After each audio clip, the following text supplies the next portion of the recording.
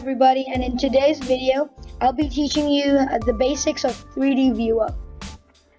So let's get to the basics. Right here is the software that comes with Windows 10. I'm pretty sure you can download that from Microsoft Store as well. I'm using Windows 10 Home, so yeah, it came with it. So this is a T-Rex right here, and I got it from some models you can get from the 3D library up there. So let's head right in. So 3D Viewer is basically just a software that allows you to edit environments, lighting, theme, experiment with creatures or items, mostly creatures, but there are some items, and people actually make some of this. So let's head right in.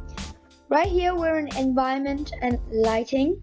So here's themes. So I guess themes would be like kind of nighttime, daytime kind of thing.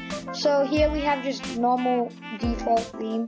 Then we have I'm not really sure the names of all these, but this is probably just like some evening, night, and it's like walking near a mountain. I don't know what this is actually. It could just be a glow from like some light, because you can see UV kind of bouncing off its skin. This is like kind of like that nocturnal kind of night thingy. Yeah, I won't go through all of them, but this is my favorite. It's kind of like an overcast where the light's hitting this side of the creature, and the other side has like the shadow emitted, and that's pretty cool because that gives you a really good view. So here in light rotation, you can see that when I move the light rotation kind of circle, the shadow keeps moving around. That's because that's where the sun will be, and the so if the sun's hitting him here, it'll come like somewhere here. It'll like come from this side, and then the shadow will be emitted here. I can change that angle and go the opposite way, and you can just watch the shadow moving as I move the circle. So that's pretty cool too. I'd like to stay this way because I don't know, I just like it. In light, this is a bit complicated, but light is just what type of light is hitting the creature, or maybe kind of some glow that can be near the creature. So you can see small changes in the color. There's a bit of blue or red or something. I can change that if I want. That's light 1. Light 2, same thing. I think that's more, that's more effective. And then finally light 3, the most effective, I'm pretty sure. Yeah, it kind of gives that glow fully. Yeah, you gotta improve the contrast and everything, the value. So that's pretty cool. In environment, you kind of adjust what the sun is, basically, what color the sun is, and that completely changes what the T-Rex looks like what it reflects off. And I like how there is like kind of tint from either way. It's not coloring the dinosaur, it's just what the environment is showing. Let's go to the next topic, stats and shading. So this is basically the base pixelated form and stuff. This is kind of like remove flesh, bones, everything, and just go to basic digital data. So mesh data, we have triangles. So it'll tell you how many there are. In vertices, there's these dots, and there's 7,000 of them. In UV set, I don't really understand it. I think this is kind of checkered to give like this more contrasty look. So is UV set 1, there's nothing there, it says. Vertex colors, there's no, so it'll just be fully blank. Material IDs is like flesh, basically, just kind of fully fleshed skin kind of dino. Like no bones, just smoothed out one level. Texture data, so let's just go back to triangles. I love that. Oh, whoa. Mesh data, there we go, triangles. In texture data, so basically there's like these different kind of things that come from what can be shown. So on the first layer you'll have your mesh data. Second layer is the texture of the inner layer, so that'll be like the colors, and you can kind of experiment. So this is the skin color of the dino, and it kind of gives I just like it because it looks pretty cool. Then we got normal. It's kind of like this glowy thing. Dark.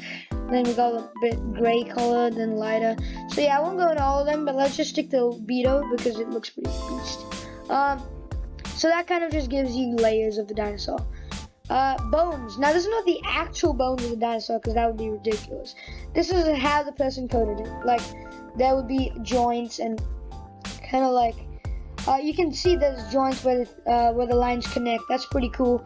Where there's more movement, such as the mouth, there'll be more joints, and like the eyes have one, the jaws to move it has one, the arms have it.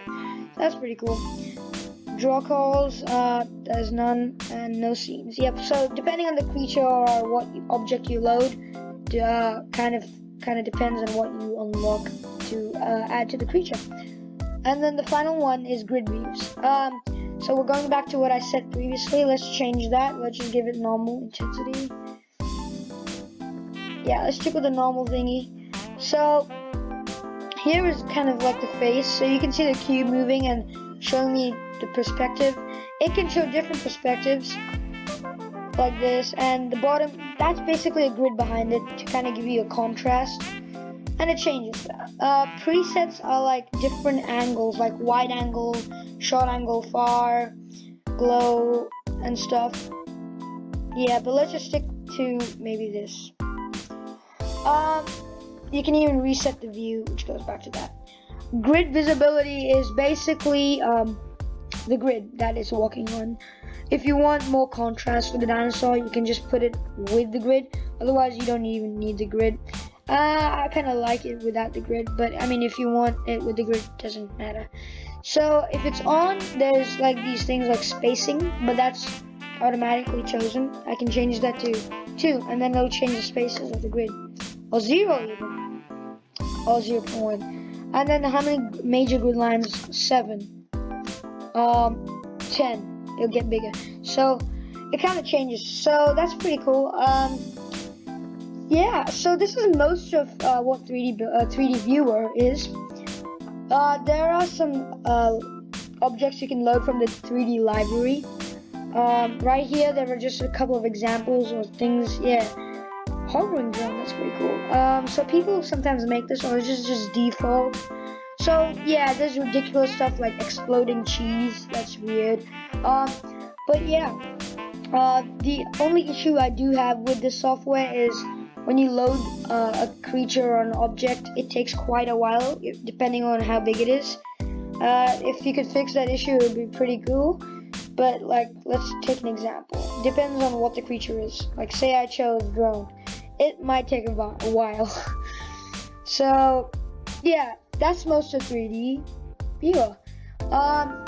Maybe you could go back to 3D library and you can even search up stuff like what creature you want, but see how it's lagging now. That's the problem. Yeah, so that's 3D Viewer, and I hope you guys enjoyed this video. Please don't forget to comment and like and subscribe and stay connected, and hit that bell icon so you can stay connected to some more videos and see how it goes on. Thank you guys, and I hope you enjoy.